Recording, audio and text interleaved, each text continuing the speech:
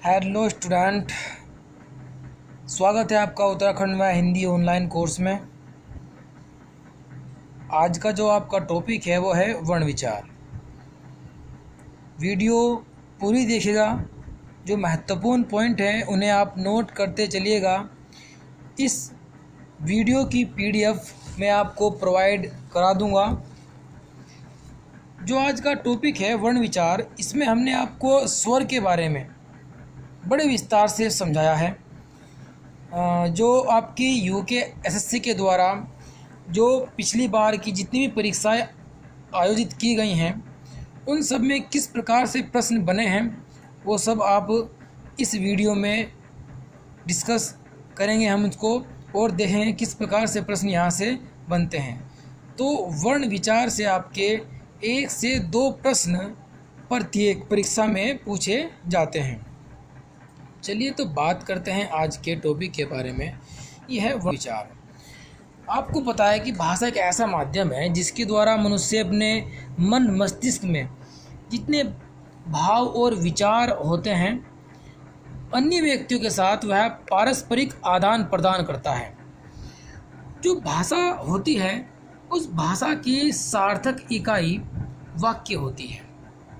तो भाषा की सार्थक इकाई क्या होती है? वाक्य होती है। और वाक्य जो होता है वो उपवाक्य से मिलकर के बना होता है, या कह सकते हैं कि वाक्य से छोटी इकाई होती है उपवाक्य, और उपवाक्यों से छोटी इकाई आपकी पदबंध होती है। पदबंध से छोटी इकाई पद होती है, जिसको हम शब्द भी कहते हैं। और शब्दों या पदों से छोटी जो इकाई होती है उसको हम अक्षर कहते हैं। और अक्षर से जो छोटी इकाई है उसे ध्वनि या वर्ण कहा जाता है। या इसको में दूसरे तरीके से यदि हम पढ़ने की कोशिश करें तो हम कह सकते हैं कि ध्वनि के मिलने से अक्षर बनते हैं, अक्षर प्लस अक्षर के मिलने से शब्द या पद बनते हैं, और पद प्लस पद के मिलने से पदबंध बनता है, और पदबंध व पदबंध के मिलने से उपवाक्य का निर्माण होता है, और उपवाक्यों से 2 उपवाक्यों से एक वाक्य का निर्माण होता है। तो यहाँ से कुछ क्वेश्चन निकल कर के आते हैं। यदि यहाँ से क्वेश्चन ये बने कि पदबंध व पदबंध के मिलने से बनता है उपवाक्य, वाक्य, पद, अक्षर या ध्वनि, तो उपवाक्य बनता है। तो इस प्रकार से हमें देखना है कि कैसे यहाँ से क्वेश्चन बन सकते हैं और किस प्रकार से जो आपकी भूतपूर्व जो परीक्षाएं हो चुकी हैं उनमें किस प्रकार से प्रश्न आए हैं। तो भाषा की सार्थक इकाई की यदि बात करूं तो वाक्य होता है। यदि भाषा की सबसे छोटी इकाई की बात करूं तो वो ध्वनि या वर्ण होता है। हिंदी में वर्ण शब्द का प्रयोग भाषा की ध्वनियों और उन ध्वनियों को प्रकट करने के लिए प्रयुक्त लिपि चिन्हों या दोनों के लिए होता है। जो वर्ण होता है वो भाषा की ध्वनियों के लिए या उन ध्वनियों को जो प्रकट करने के लिए हम जो लिपि जो चिन्ह उन दोनों के लिए ये आपका वर्ण महत्वपूर्ण होता है। तो वर्ण जो है भाषा के उच्चरित या जो हम उच्चारण करते हैं और लिखित दोनों रूपों के प्रतीक है। जो अपनी भाषा को हम उसको हम लिखित रूप देते हैं, उनके जो प्रतीक हैं वो ध्वनि या वर्ण ही होते हैं। तो भाषा की लघुत्तम इकाई होती है क्या? आपकी वर्ण होती है। महत्वपूर्ण यहाँ से पॉइंट कि भाषा की लघुत्तम इकाई है वर्ण है। उसके बाद भाषा की सबसे छोटी ध्वनि या इकाई जिसके खंड या टुकड़े ना किए जा सके वह वर्ण कहलाती है। ये इसकी आपकी परिभाषा होती है कि भाषा की सबसे छोटी ध्वनि या इकाई जिसके खंड या टुकड़े नहीं किए जा सकते क्या कहलाती है? तो आपका आंसर होगा वर्ण कहलाती है। जैसे अ, ई, क हलंत और ख हलंत। यहाँ पर क हलंत और ख हलंत आपके वर्ण हैं। यदि यहाँ पर ख के नीचे से हम हलंत हटा दें, तो यदि हम हलंत को यहाँ से समाप्त कर दें तो आपका जो ख होगा वो एक अक्षर होगा। यदि हम इसमें हलंत का प्रयोग करते हैं तो वो एक वर्ण होगा, एक ध्वनि होगी।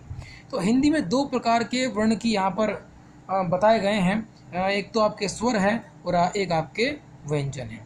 तो दो प्रकार के यहाँ पर वर्ण हैं, स्वर और व्यंजन। अभी यहाँ पर हम अयोग वाह के बारे में बात नहीं करेंगे।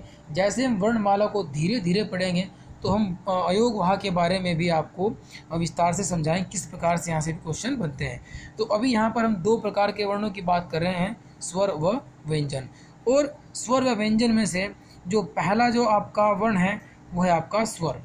तो स्वर के बारे में विस्तार से पढ़ते हैं और किस प्रकार के क्वेश्चन यहाँ से बनते हैं वो देख लेते हैं कि ध्वनियों के उच्चारण में वायु या मुख विवर से बिना किसी अवरोध के बाहर निकल जाती है। जिन ध्वनियों के उच्चारण में जो वायु होती है आपके मुख से बिना किसी अवरोध के बाहर निकल जाती है वो आपके स्वर कहलाते हैं। या स्वतंत्र रूप से बोले जाने वाली ध्वनि क्या कहलाती है, वो आपके स्वर की, उनको हम संज्ञा दे सकते हैं, उनको हम स्वर कही हमें आप जो ध्वनियाँ हैं उनको हम स्वर कह सकते हैं। कौन कौन से स्वर हैं वो आपको यहाँ पर दिखाई दे रहे होंगे। अ, आ, ई, ऐ, उ, औ, ऋ, ए, ऐ और औ, यानी कि जो संख्या है वो आपकी यहाँ पर 11 है। हालांकि यदि हम विभिन्न कैटेगरीज में इनको बांट दिया जाए, जैसे कि आपके उच्चारण स्थान पर, आपके लिखित रूप में, तो वो थोड़ा सा मैटर आपका बिल्कुल अलग हो जाता है। उसके बारे में भी जितने भी आपके उनसे क्वेश्चन बनते हैं उनके बारे में वर्णमाला समाप्त होने के बाद जो आपके थोड़े हट के जो टॉपिक्स हैं कि लिखित आधार पर, उच्चारण के आधार पर, वो सब हम एक बार में आपको क्लियर कर देंगे। अभी आपको 11 इनकी जो संख्या है वो याद रखनी है। अभी हम इनमें अयोग वाह को नहीं जोड़ रहे हैं, उनको हम अलग से डिस्कस करेंगे, उनको हम अलग से तुलना करेंगे कि किस प्रकार से क्या है। अभी सिंपल वे में हमको आसान से बिल्कुल जीरो वे से हम इसको समझते हुए चलते हैं।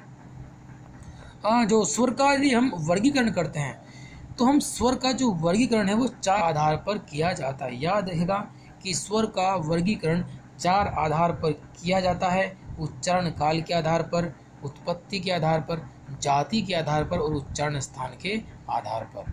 ठीक है, तो 4 जो आपके वर्गीकरण हैं, उच्चारण, उत्पत्ति, जाति और आपके उच्चारण स्थान के आधार पर। सबसे पहले हम देख लेते हैं कि उच्चारण काल के आधार पर स्वर कितने प्रकार के होते हैं। तो उच्चारण के जो उच्चारण में समय की मात्रा के आधार पर जो स्वर होते हैं उनके कितने 3 भेद होते हैं। यानी हम स्वर को उच्चारित करने में कितना समय लग रहा है, यदि उच्चारण काल के आधार पर यदि बात करें कितना समय उनको हम उच्चारित करने में लगा रहे हैं, तो उस आधार पर 3 प्रकार के स्वर के भेद होते हैं। यहाँ से जो आपका 3 प्रकार के भेद हैं, यूकेएसएससी के द्वारा अपने पेपरों में ये संख्या पूछी जा चुकी है कि स्वर के भेद होते हैं। तो 3 वो किस काल के आधार पर है, आपके उच्चारण काल के आधार पर स्वर के 3 भेद होते हैं। वो कौन कौन से हैं? फर्स्ट आपका होता है ह्रस्व स्वर, सेकंड आपका होता है दीर्घ स्वर और थर्ड आपका होता है प्लुत स्वर। ह्रस्व स्वर की परिभाषा की बात करें तो जिन स्वरों में कम समय लगता है या हम कह सकते हैं कि एक मात्रा का समय लगता है उन्हें हम ह्रस्व स्वर कहते हैं। संख्या इनकी 4 होती हैं और कौन कौन से होते हैं? अ, ई, उ और ऋ। तो 4 इनकी संख्या है। इनको बोलने में मात्र आपका एक मात्रा का समय लगता है, उन्हें हम ह्रस्व स्वर कह सकते हैं। दूसरे आपके होते हैं दीर्घ स्वर। ह्रस्व स्वर की तुलना में जिनमें 2 गुना समय लगता है या इनमें 2 मात्रा का समय लगता है, इनको हम दीर्घ स्वर कहते हैं। संख्या 7 होती है। याद रखेगा कि ह्रस्व स्वर की संख्या 4 होती है, दीर्घ की संख्या आपकी 7 होती है। कौन कौन से हैं? आपके अ, ई, औ, ए, ऐ, ओ और औ, इनकी 7 इनकी संख्या है। ठीक है, उसके बाद जो तीसरी हमारे पास कैटेगरी है वो है प्लुत स्वर। इन जो स्वर होते हैं, इन स्वर में उच्चारण में दीर्घ स्वर से भी अधिक, अर्थात ह्रस्व स्वर से 3 गुना, दीर्घ स्वर से आपका 2 गुना, या आपका कह सकते हैं कि दीर्घ स्वर से भी अधिक समय लगता है और ह्रस्व स्वर से 3 गुना समय लगता है, इनको प्लुत स्वर कहते हैं। हिंदी में हालांकि इनका प्रयोग नहीं होता, संस्कृत में ये प्रयोग होते हैं, जैसे कि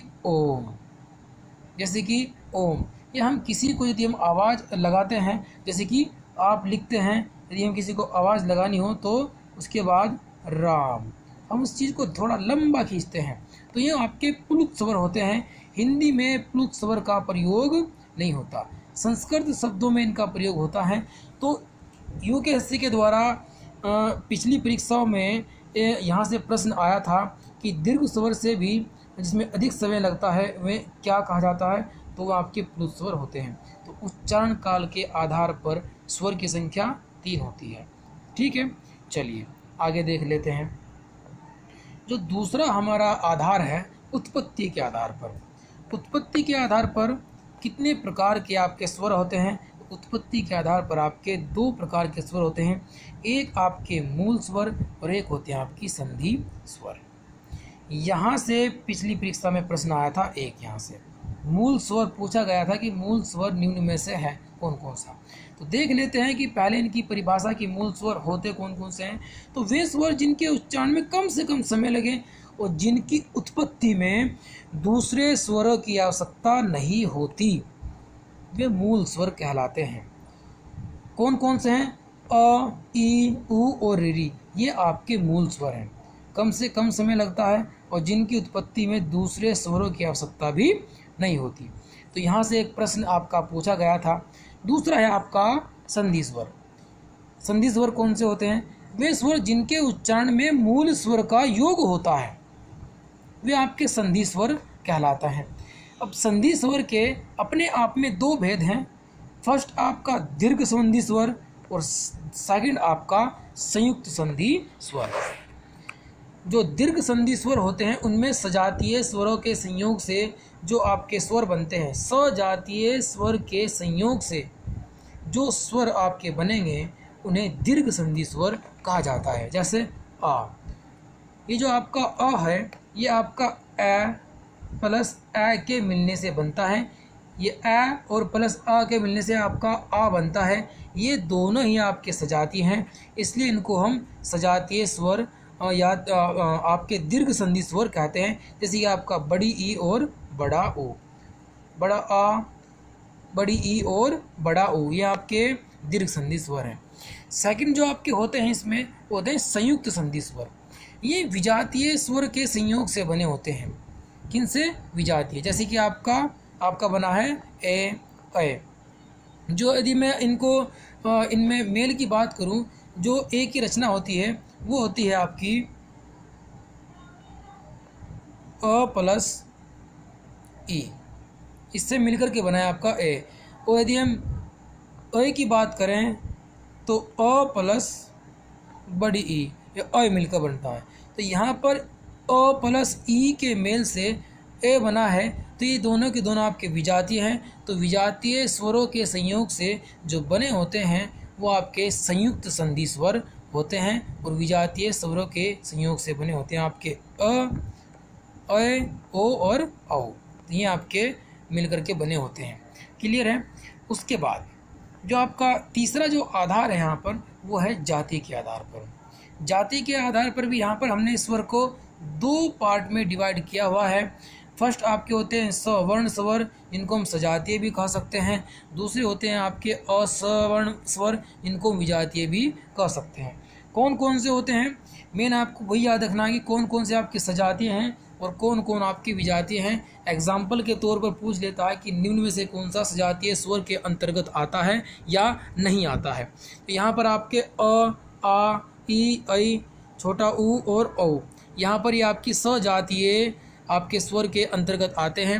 यदि मैं विजातीय की बात करूं, अ, ऐ और ओ, औ आपके विजातीय के अंतर्गत आते हैं। यदि मैं परिभाषा की बात करूं तो उच्चारण, जिनका उच्चारण समान स्थान और समान प्रयत्न से होता है वो आपके सवर्ण स्वर या सजातीय स्वर में रखे जा सकते हैं। यदि उनका उच्चारण स्थान अलग अलग और अलग प्रयत्न से यदि उनका उच्चारण होता है तो वे आपके विजातीय स्वर में रखे जाते हैं। आपका जो फोर्थ जो इसका आपका कैटेगरी होती है या जो स्वर को विभाजन करने की जो आपकी कैटेगरी होती है वो होती है आपकी उच्चारण स्थान के आधार पर, जिसके बारे में हम नेक्स्ट वीडियो में पढ़ेंगे। उसके अंतर्गत हमें पढ़ना है अग्र स्वर, मध्य स्वर, पश्च स्वर, संवर्त स्वर, अर्ध संवर्त स्वर, विवर्त स्वर, अर्ध विवर्त स्वर, ओष्ठ की स्थिति के आधार पर स्वर कौन कौन से होते हैं, व्रतमुखी कौन से होते हैं, अवर्तमुखी कौन से होते हैं, निर्नुनासिक स्वर कौन से होते हैं, अनुनासिक स्वर कौन से होते हैं। ठीक है, तो हम इन सब स्वरों को हमें देखना है, ये बात करें हम नेक्स्ट वीडियो में। धन्यवाद।